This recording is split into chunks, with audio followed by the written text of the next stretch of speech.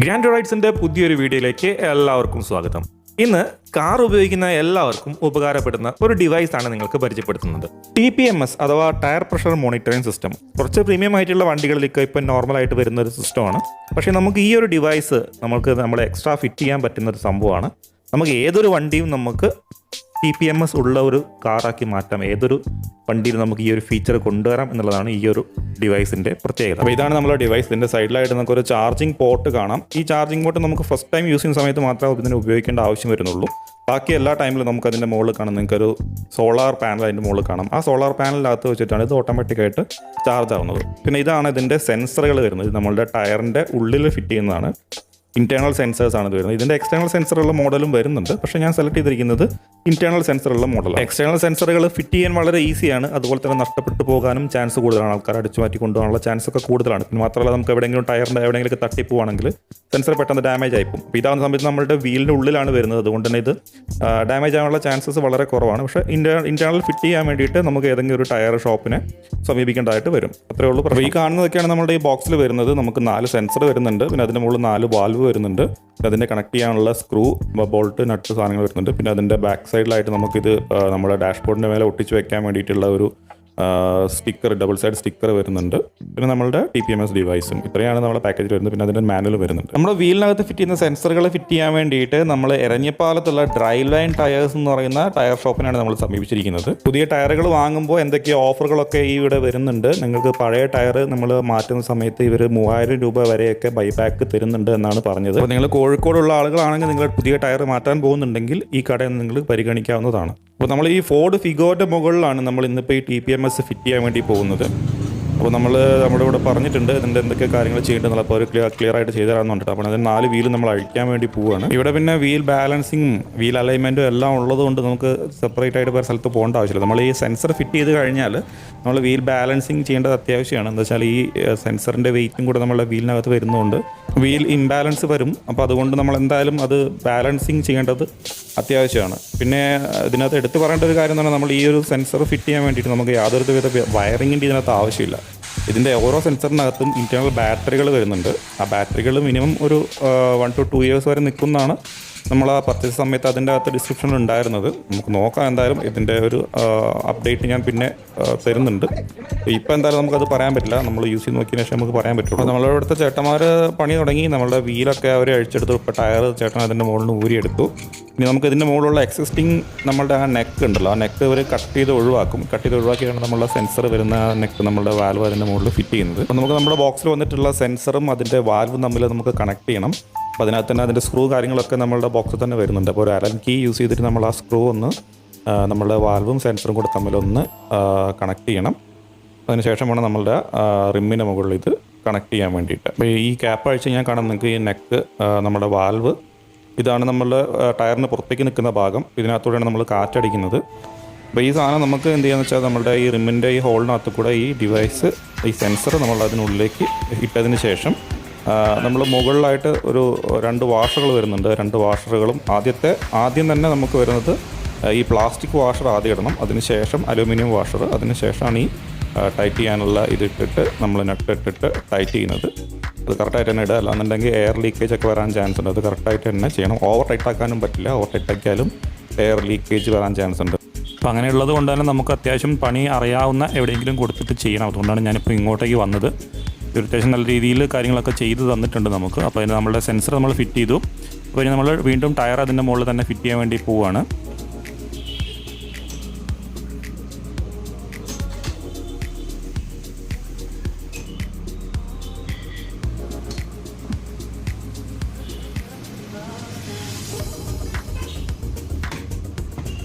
അപ്പോൾ നമ്മൾ എല്ലാ ടയറിനകത്തും സെൻസറുകൾ നമ്മൾ ഫിറ്റ് ചെയ്തു.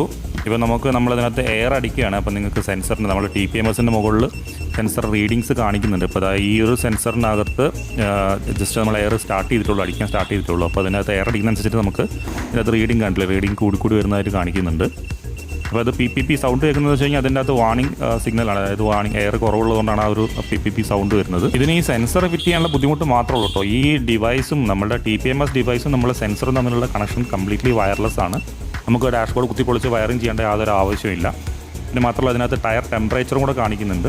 ഇപ്പോൾ ചേട്ടൻ മറ്റേ മെഷീനകത്ത് 34 ടയർ പ്രഷർ സെറ്റ് ചെയ്തിട്ട് എയർ അടിക്കുന്നുണ്ട്. നമുക്ക് നോക്കാം രണ്ടും തമ്മിലുള്ള ആക്യുറസി എത്രത്തോളം ഉണ്ടെന്നുള്ളത്.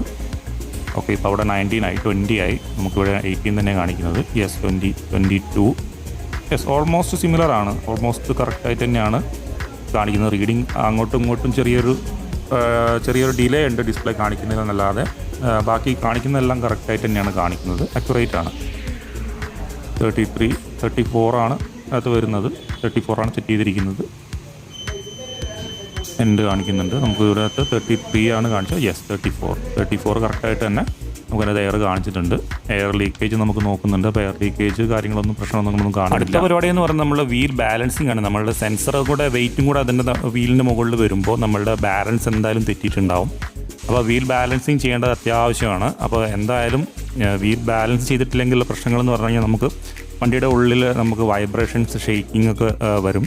മാത്രമല്ല നമ്മളുടെ ടയറിൻ്റെ ലൈഫ്, ടയർ അൺഈവനായിട്ട് തെന്നി തീരാനൊക്കെ ഉള്ള ചാൻസസ് ഉണ്ട്. അതുപോലെ തന്നെ നമ്മളെ സസ്പെൻഷൻ സിസ്റ്റത്തിനൊക്കെ പ്രശ്നമാണ് നമ്മൾ കറക്റ്റായിട്ട് നമ്മളുടെ ബാലൻസിങ് ചെയ്തിട്ടില്ല എന്നുണ്ടെങ്കിൽ. അത് നമ്മൾ ടയർ മാറ്റുന്ന സമയത്തും അതുപോലെ തന്നെ ഇതേപോലുള്ള എന്തെങ്കിലും പരിപാടികൾ ചെയ്യുന്ന സമയത്തും അതുപോലെ തന്നെ നമ്മളുടെ പീരിയോഡിക്കൽ വീൽ അലൈൻമെൻറ്റ് ചെയ്യുന്നതിൻ്റെ കൂടെ തന്നെ നമ്മൾ ഈ ബാലൻസിങ്ങും ചെയ്യുന്നത് വളരെ നല്ലതാണ്. അപ്പോൾ നമ്മൾ വീൽ ബാലൻസിങ് കഴിഞ്ഞിട്ടുണ്ട്. ഇനി നമ്മളുടെ ടയർ നമ്മളുടെ വണ്ടീൻ്റെ മുകളിൽ ഫിറ്റ് ചെയ്തിട്ട് ഞാൻ കാണിച്ചു തരാം ഇതിൻ്റെ വർക്കിംഗ് എങ്ങനെയാണെന്നുള്ളത്. നേരത്തെ പറഞ്ഞ പോലെ നമുക്ക് 2 റീഡിങ്സ് ഇതിൻ്റെ ഡിസ്പ്ലേനകത്ത് കാണിക്കുന്നുണ്ട്. ആ ബ്ലൂ കളറിൽ കാണുന്നത് ടയർ പ്രഷറും യെല്ലോ കളറിൽ കാണിക്കുന്നത് ടയർ ടെമ്പറേച്ചറാണ്. നമുക്ക് ഇതിൻ്റെ മുകളിലുള്ള പ്ലാസ്റ്റിക് കവറിംഗ് ഒക്കെ ഒന്ന് പറിച്ച് കളയാം. ഇതാണ് ഇതിൻ്റെ ഞാൻ നേരത്തെ പറഞ്ഞ സോളാർ പാനൽ വരുന്നത്. ഇത് വെച്ചിട്ടാണ് നമുക്കിത് ഡിവൈസ് ഓട്ടോമാറ്റിക്കായിട്ട് ചാർജ് ആവുന്നത്.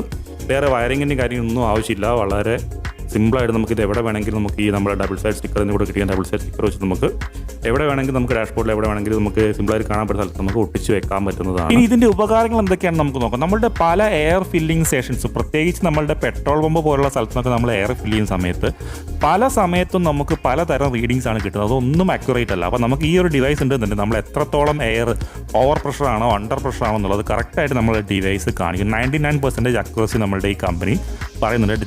ജർമ്മൻ ചിപ്പാണ് ഇതിനകത്ത് ഉപയോഗിച്ചിരിക്കുന്നതെന്നാണ് അവർ പറയുന്നത്. ഞാനിവിടെ ചെക്ക് ചെയ്തിടത്തോളം എനിക്ക് കാണിച്ചിരിക്കുന്ന ഡിവൈസിനകത്ത് കാണിച്ചിരിക്കുന്ന റീഡിംഗ് ഒക്കെ പക്ക ആക്യുറേറ്റ് ആണ് കാണിച്ചിരിക്കുന്നത്. ഇതിന് പല റിവ്യൂസിനകത്ത് നിങ്ങൾക്ക് കാണാം റീഡിംഗ് തെറ്റായിട്ടാണ് കാണിക്കുന്നത്. പക്ഷേ ഇതിൻ്റെ റീഡിംഗ് കറക്റ്റായിട്ടാണ് കാണിക്കുന്നത്. നിങ്ങൾ ഇവിടെ ഇപ്പോൾ കണ്ടില്ലേ, ഇതേപോലുള്ള ഷോപ്പുകളിൽ നിങ്ങൾ ചെക്ക് ചെയ്ത് കഴിഞ്ഞാൽ നിങ്ങൾക്ക് കറക്റ്റായിട്ട് കാണിക്കും. പക്ഷേ അതേസമയം നിങ്ങൾ ഏതെങ്കിലും പമ്പ് നമ്മൾ ഫ്യൂൽ സ്റ്റേഷനൊക്കെ കൊണ്ട് ചെയ്യുന്ന സമയത്ത് നിങ്ങൾക്ക് തെറ്റായ റീഡിംഗ് ആയിട്ട് കാണിക്കും. പക്ഷേ അത് തെറ്റായ റീഡിംഗ് അല്ല കാണിക്കുന്നത്. തെറ്റായിട്ട് കാണിക്കുന്നത് നമ്മളുടെ പമ്പ് ഫ്യൂൽ സ്റ്റേഷനകത്തുള്ള അതിനകത്തുള്ള റീഡിംഗ് ആണ് തെറ്റായിട്ട് കാണിക്കുന്നത്. എനിക്ക് ഒരുപാട് അനുഭവം ഉള്ളതാണ്. പിന്നെ ഇതിന് 6 അലാം ഡിസ്പ്ലേ വിത്ത് ബീപ്പ് സൗണ്ട് വരുന്നുണ്ട്. ഫാസ്റ്റ് ലീക്ക് അലാം, അതായത് നമ്മളുടെ എയർ പെട്ടെന്ന് നമുക്ക് കുറയുന്നുണ്ടെങ്കിൽ അതിനൊരു അലാം വിത്ത് ബീപ്പ് സൗണ്ട് ഉണ്ടാവും. സ്ലോ ലീക്ക് അലാം, അതായത് നമ്മളുടെ സ്ലോ ആയിട്ട് നമ്മളുടെ ഏതെങ്കിലും ടയറിൽ ലീക്കിംഗ് വരുന്നുണ്ടെന്നുണ്ടെങ്കിൽ അതിനും ഒരു സ്ലോ ലീക്കിംഗ് അലാം വരുന്നുണ്ട്. പിന്നെ ഹൈ പ്രഷർ അലാം വരുന്നുണ്ട്. ഹൈ ടെമ്പറേച്ചർ അലാം വരുന്നുണ്ട്. ഹൈ ടെമ്പറേച്ചർ എന്ന് പറയുന്നത് നമ്മളുടെ ഏതെങ്കിലും വീലിൽ എന്തെങ്കിലും പ്രശ്നങ്ങൾ, നമ്മൾ ബ്രേക്ക് ജാം ആവുകയോ അതല്ലെങ്കിൽ നമ്മളുടെ ബെയറിങ്ങിലൊക്കെ എന്തെങ്കിലും ഫോൾട്ട് ഉണ്ടെങ്കിൽ നമ്മുടെ വീലിന് ടെമ്പറേച്ചർ കൂടുതലായിട്ട് വരും. അപ്പോൾ ആ ടെമ്പറേച്ചർ നമ്മളുടെ ഈ ഡിസ്പ്ലേനകത്ത് നമുക്ക് കാണാൻ വേണ്ടി പറ്റും. നമുക്ക് ആ സെക്ഷൻ നമുക്ക് പ്രത്യേകമായിട്ട് ചെക്ക് ചെയ്തിട്ട് നമുക്ക് കൂടുതൽ വേഴ്സ് ആവുന്നതിന് മുമ്പേ തന്നെ നമുക്ക് ആ ഭാഗം നമുക്ക് ക്ലിയർ ചെയ്യാൻ വേണ്ടി പറ്റും എന്നുള്ളതാണ് അതിൻ്റെ വേറൊരു ഗുണമെന്ന് പറയുന്നത്. പിന്നെ സെൻസർ ഫോൾട്ട് അലാം വരുന്നുണ്ട്. സെൻസർ ലോ ബാറ്ററി അലാം വരുന്നുണ്ട്. അപ്പോൾ ഇതൊക്കെ കൊണ്ട് നമുക്ക് നോക്കുന്ന സമയത്ത് ഇത് വളരെയധികം യൂസ്ഫുൾ ആയിട്ടുള്ള ഒരു ഡിവൈസ് തന്നെ. ആമസോണിൽ ഈ പ്രൊഡക്റ്റ് അവൈലബിൾ ആണ്. 2899 രൂപയ്ക്കാണ് ഞാൻ ഈ പ്രൊഡക്റ്റ് പർച്ചേസ് ചെയ്തിട്ടുള്ളത്. 5 വർഷം വരെ നമുക്ക് ഇതിൻ്റെ പാർട്സ് അവൈലബിലിറ്റി ഇതിൻ്റെ ഡിസ്ക്രിപ്ഷനിൽ ഇവർ എഴുതിയിട്ടുണ്ട്. Customer contact number, customer care നമ്പറും ഇതിനകത്ത് കൊടുത്തിട്ടുണ്ട്. എൻ്റെ അഭിപ്രായത്തിൽ ഈ ഒരു പ്രൈസിന് ശരിക്കും ഈ ഒരു പ്രൊഡക്റ്റ് വളരെയധികം വെർത്താണ്. എന്നുവെച്ചാൽ നിങ്ങളെല്ലാവരും പർച്ചേസ് ചെയ്ത് ഉപയോഗിക്കണം എന്നാണ് എൻ്റെ ഒരു അഭിപ്രായം. നമ്മൾ ഇടയ്ക്കിടയ്ക്ക് ടയർ പഞ്ചറായി മറ്റ് ബുദ്ധിമുട്ടുകളുണ്ടായി നമ്മൾ വഴിയിൽ കുടുങ്ങുന്ന ഒരു പ്രശ്നം ഇല്ലാതിരിക്കാൻ വേണ്ടി നമുക്ക് ഇതിനകത്ത് കറക്റ്റായിട്ട് നമ്മൾ എന്തെങ്കിലും ഫോൾട്ട് നമ്മളെ ടയറിന് വരാൻ പോകുന്നുണ്ടെന്നുണ്ടെങ്കിൽ നമുക്ക് ഇതിനകത്ത് അക്യുറേറ്റ് ആയിട്ട് നമുക്ക് ആ റീഡിങ്സ് കിട്ടുന്നതുകൊണ്ട് നമുക്ക് മനസ്സിലാക്കി എടുക്കാൻ വേണ്ടി പറ്റും. നമുക്കത് ഇപ്പോൾ എവിടെയെങ്കിലും ലോങ് ഒക്കെ പോകുന്ന സമയത്താണ് ശരിക്കും സാധാരണ നമ്മൾ കുടുങ്ങി പോകാറ്. അപ്പോൾ ഈ ഒരു സംഭവം നമ്മളെ വണ്ടിയിൽ ഉണ്ടെന്നുണ്ടെങ്കിൽ നമുക്ക് ആ ഒരു പ്രശ്നം നമുക്ക് പരിഹരിക്കാൻ വേണ്ടി പറ്റും. ഇന്റേണൽ അതുപോലെ എക്സ്റ്റേണൽ സെൻസറുകൾ വരുന്ന 2 മോഡലിൻ്റെയും പർച്ചേസ് ചെയ്യാനുള്ള ലിങ്ക് ഞാൻ വേണമെന്നുണ്ടെങ്കിൽ നമ്മളുടെ കമൻറ്റ് ബോക്സിൽ പിൻ ചെയ്ത് വെക്കാം. അതുപോലെ തന്നെ നമ്മളുടെ ഡിസ്ക്രിപ്ഷനിലും കൊടുക്കുന്നുണ്ട്. താല്പര്യമുള്ളവർക്ക് പർച്ചേസ് ചെയ്യാം.